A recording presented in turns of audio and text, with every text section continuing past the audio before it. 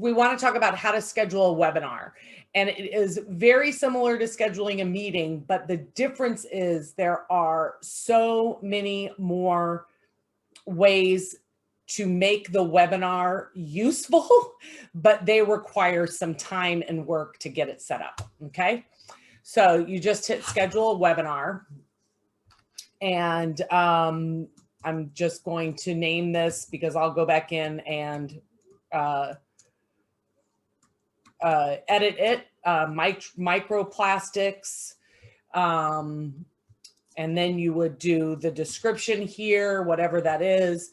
Now, we don't have any templates set up.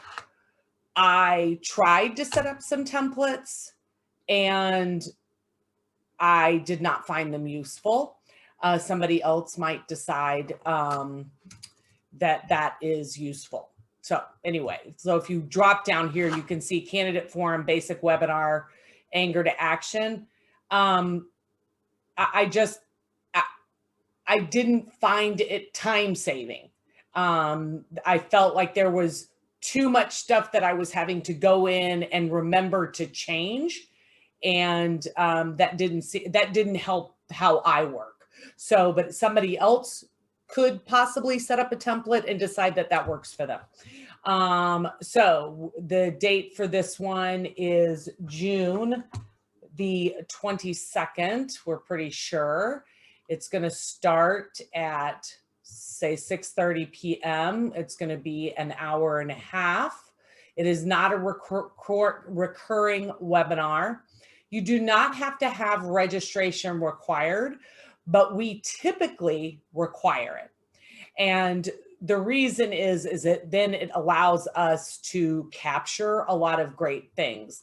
So I almost always change the passcode to something easy to remember, like, and that has something to do with the meeting or the webinar. When I set up meetings, just as a side note, right now it automatically has both a passcode and a waiting room. I almost always turn off the waiting room. That's just my habit, because then it's just one more thing I have to manage as the host. And this isn't a school or something like that where I'm worried about people coming in. Okay, so the video, typically speaking, you want the panelists to be able to have their video almost always with what we're doing. And then we always do be able to go both telephone or computer audio. This is where sometimes we will change. So you want to enable a practice session. That's really important, to enable a practice session. Often on our candidate forums, we disable Q&A because we want to be able to manage the questions coming in from a secondary location. So we have people text their questions to our team that manages the questions, and we don't want to have to both manage Q&A and those texts. We don't. So because the thing with the Q&A is that all of the panelists see the questions, and we don't want that to happen on a candidate forum. But in this case, we can have Q&A. We don't need authentication to join. What that means is the person has to have a Zoom account. We don't need that. You can make the webinar on demand. We typically don't. We do try to automatically record, but we want it in the cloud, not on the local computer, so that our team can pull it off from wherever they are and get it onto YouTube. And then we don't block entries. We're not in a situation like that. And then this enable language interpretation, that sounds super awesome, but that is something that you have to have a third party app to do it. We don't. So we'd love to eventually, but we just don't right now. Okay.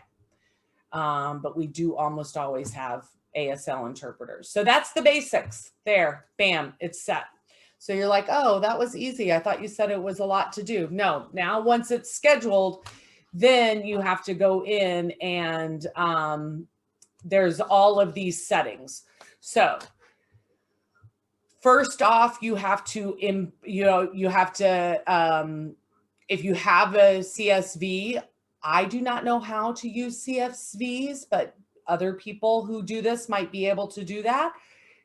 So if we had a spreadsheet and import it that way, but typically speaking, I just go, okay, I know that Candace, well, we're going to have an ASL interpreter. So I just name her ASL interpreter and then put in her email. And right now I think this is it. So I got to go back in later and check it. But you just do that. I'm going to uncheck this for right now, but I'll go back later because I just don't want, this is my, test, but you would send the invitations, you'd save it, and then it automatically sends all the panelists their invitations right then and there. I have learned to resend that invitation the day of the event, because what happens is their invitation gets buried in their email, they can't find it, and this solves that problem. So here's the registration link. This is key, okay? And this is amazing. So source tracking link, add. So what this means is you just put in Facebook, add. Now look at this. I have a special link for registration that is only for Facebook.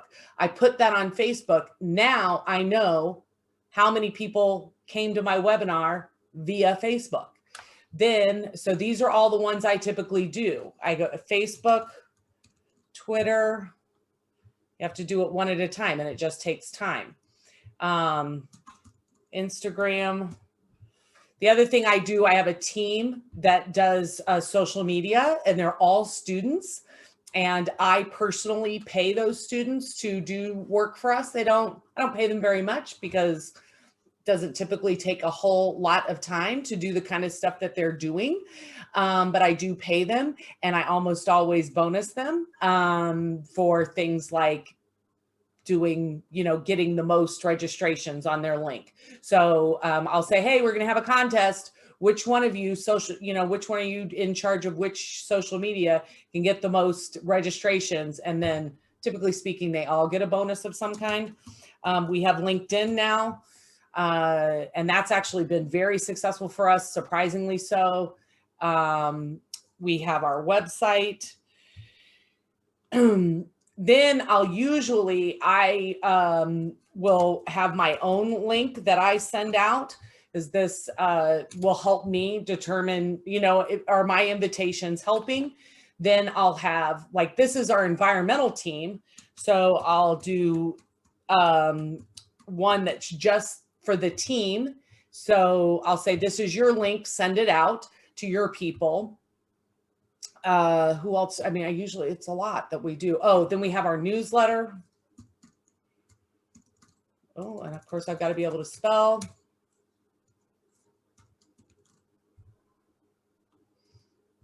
And oftentimes I'll forget something and I'll come back in here and remember it. Now, I will say this is probably where that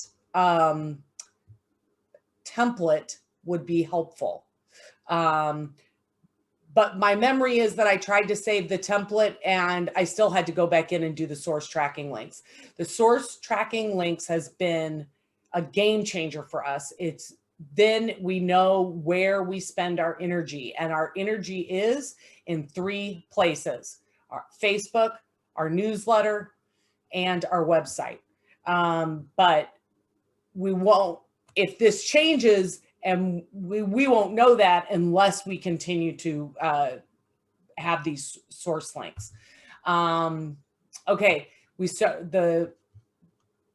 all right, so then the next thing you got to do is email settings. So this has automatic emails that come up.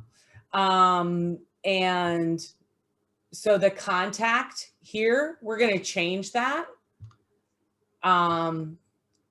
So because we have new email addresses, and actually it's going to be technology@lwvah.org, I think. But because we have new email addresses associated with our new website, we'll want to make sure that we change that. So if you look at this, now we've got the email to panelists.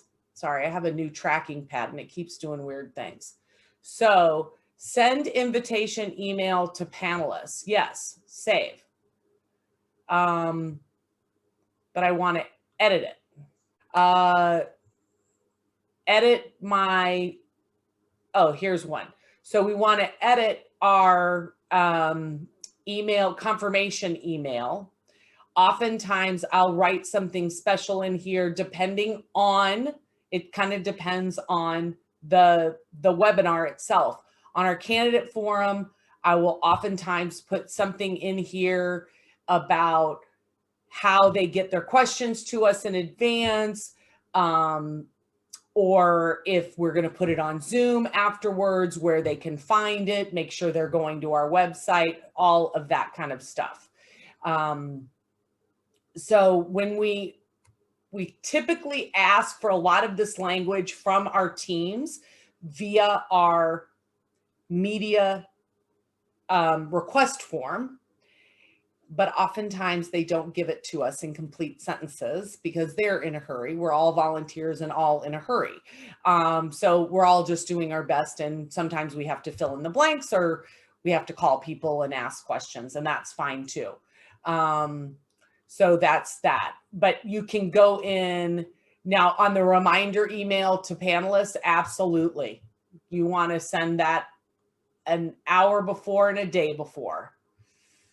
The follow-up to email to attendees. I typically give myself time on this, more than a day, because I want to get so I'll say 7 days after the end date, hi, thank you. And then I'll almost always say, check out the recording, and then I can add in the actual recording from YouTube.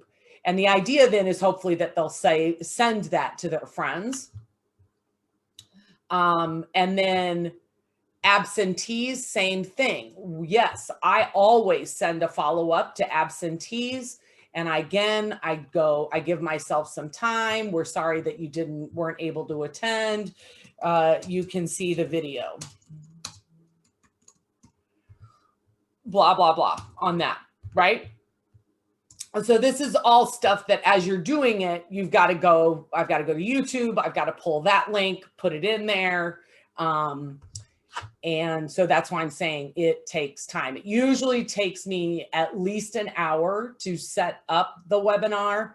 And the reason that I give myself those 7 days afterwards is because I know I'm going to have to come back in and edit that stuff a few days after the webinar. And then you can see here, this is going to tell you total registrations and if any are blocked. And then afterwards, the great thing is because we required a registration, we get to capture all those email addresses, and then we can add that to our mailing list. And then here, so branding, so you can upload some branding. So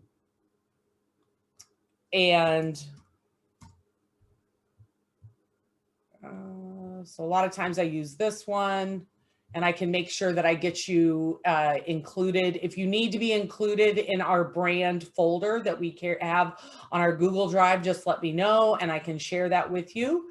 And then the same thing, your logo that's on the right side.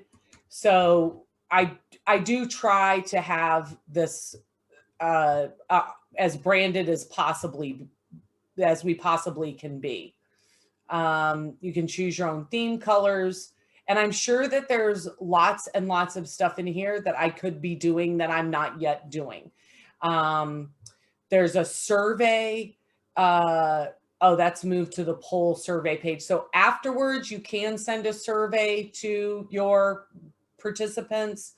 We have not done that. We just haven't. I'm not saying that we're not going to, but do we have poll surveys? Now, oftentimes we do create a poll and a survey inside of our webinars for various things. We've done that for our Anger to Action series where we've asked questions. I've done that when I've done Girl Scout events or whatever. Here are a lot of things, like if we're on the Q&A, you can uncheck the anonymous questions, and you can, change some of these things so that attendees are only viewing the answered questions. And then the live streaming, we just do as we get it started. We know how to do that. And that would be something that hopefully we can show you again during an actual webinar. If anyone's a host, so if I made you a host or a co-host, actually you have to be host. So what I often do is for our social media person who's in charge of our Facebook account, I pass her the host right before we go live on Facebook. She does all of her fancy stuff. She goes live, and then she passes the host back to me. And if I have to do it myself, it's usually a little bit messier.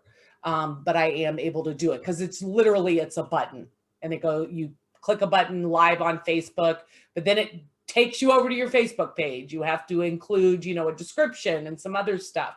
So it's not just clicking a button. It's, again, you have to fill in some blanks and then hit go live. So everybody's waiting. There's a delay for your panelists and everything before you start, because you want to go live before you start letting in all your attendees. And once you allow in the attendees and start the webinar, then all the attendees stream in, and that takes a minute or two. So there's just some lag time that we've just learned how to deal with, just because we've done many of them. So it's like anything, you kind of have to jump in and do it. So those are all of the things to set up. And like I said, so we've been here for about 20 minutes, and I haven't done everything that I would normally do, but you can see how it takes time.